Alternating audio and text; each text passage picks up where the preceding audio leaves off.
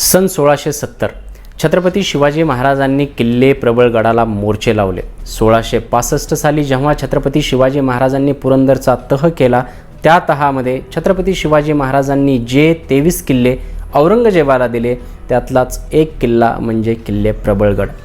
1670 साली छत्रपती शिवाजी महाराजांना हा किल्ला पुन्हा स्वराज्यात पाहिजे होता आणि म्हणूनच की काय छत्रपती शिवाजी महाराज या मोहिमेचं स्वतः नेतृत्व करत होते। अर्थातच छत्रपती शिवाजी महाराज खुद्द मोहिमेचं नेतृत्व करत होते म्हणजे विजयश्री नक्की होता आणि झालंही तसंच। किल्ले प्रबळगड स्वराज्यात सामील झाला। किल्ल्याचा कब्जा घेण्यासाठी छत्रपती शिवाजी महाराज मोठ्या दिमाखात पालखीत बसून किल्ला चढून जाऊ लागले। पालखीत बसून जात असताना छत्रपती शिवाजी महाराजांच्या शेल्याचं एक टोक पालखीच्या बाहेर लटकत होतं। किल्ल्याचा प्रमुख दरवाजा पार केला आणि छत्रपती शिवाजी महाराजांचं पालखीच्या बाहेर लटकत असलेलं शेल्याचं टोक एका बोरीच्या काट्याला अडकलं आणि छत्रपती शिवाजी महाराजांनी ती पालखी थांबवायला सांगितली। ही बोरीची काठी आम्हास अडविते, संकेत करते इथे द्रव्य आहे, खणावे। छत्रपती शिवाजी महाराजांनी सहकार्यांना आज्ञा दिली। तिथे बोरीच्या झाडाखाली खणण्यात आलं आणि आश्चर्यकारकरित्या तिथे 22 घागरी आणि 4 कढया भरून सोनं छत्रपती शिवाजी महाराजांना मिळालं। अगदी एखाद्या काल्पनिक कादंबरीतला वर्णन केलेला प्रसंग वाटावा असाच हा प्रसंग, परंतु ही बखरीत नोंद झालेली अगदी एक सत्य घटना आहे। छत्रपती शिवाजी महाराजांना त्यांच्या हयातीतच लोक देवाचा अवतार, कोणी भगवान विष्णूचा अवतार तर कोणी भगवान शिवाचा अवतार का म्हणत होते याचं हे एक जबरदस्त उदाहरण आहे। छत्रपती शिवाजी महाराजांनी स्वराज्याचा डाव मांडला। रयतेच्या कल्याणासाठी छत्रपती शिवाजी महाराजांनी अवघड असं हे शिवधनुष्य पेलण्याचा विचार केला आणि निसर्गाने, नियतीने, देवाने म्हणा किंवा संपूर्ण विश्वाने म्हणा छत्रपती शिवाजी महाराजांना अशी पावलोपावली साथ दिली।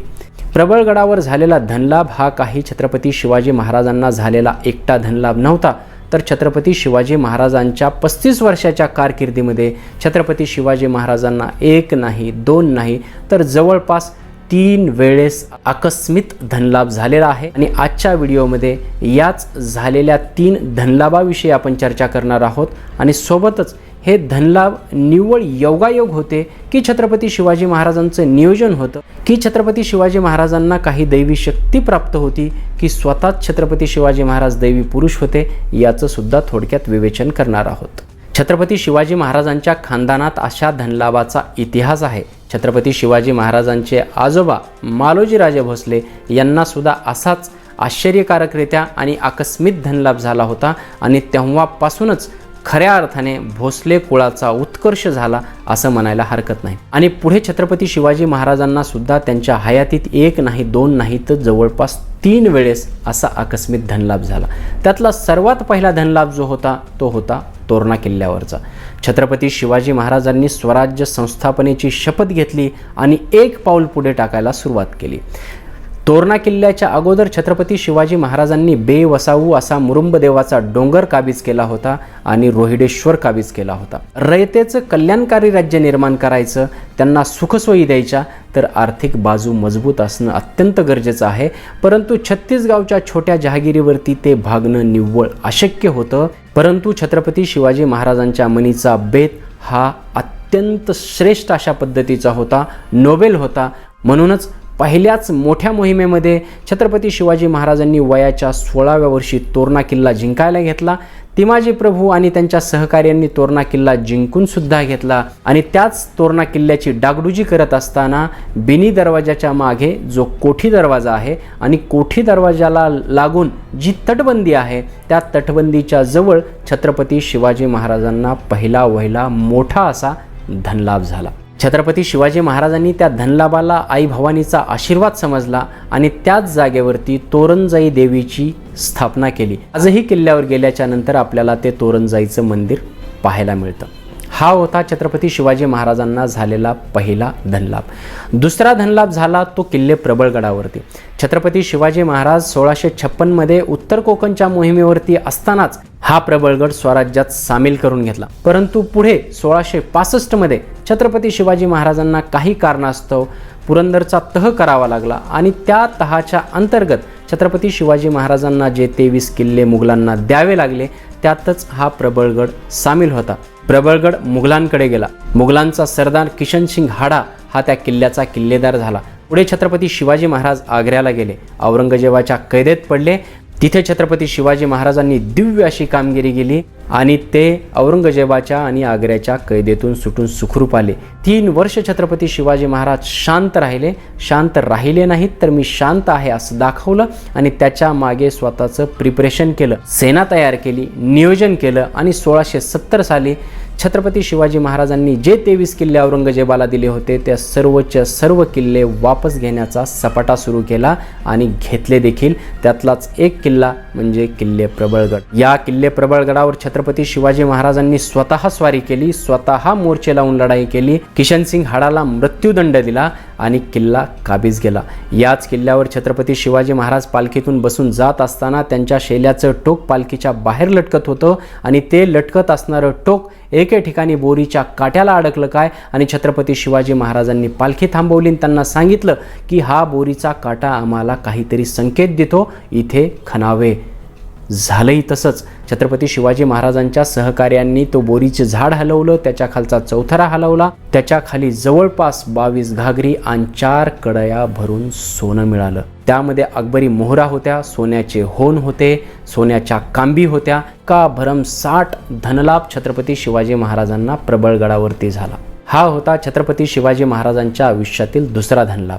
छत्रपती शिवाजी महाराजांना जो तिसरा धनलाभ झाला तो त्यांच्या मृत्यूच्या 1 वर्ष पूर्वी झाला.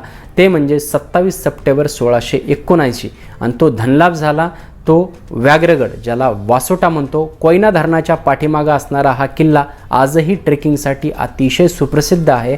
याच वासोट्या किल्ल्यावरती छत्रपती शिवाजी महाराजांना आश्विन शुद्ध तृतीया शनिवारी सकाळी 4 घागरी सोनं आणि 26,000 रोख असं द्रव्य मिळालं. छत्रपती शिवाजी महाराजांना झालेला हा सर्वात कमी धनलाभ असं तुम्हाला वाटत असेल, परंतु 26,000 ही सुद्धा फार मोठी रक्कम आहे. कारण छत्रपती शिवाजी महाराजांच्या काळात सोनं हे 20 रुपये तोळा या दराने विकलं जात होतं. 26,000मध्ये त्यावेळेस जवळपास 1300 तोळं सोनं येत होतं.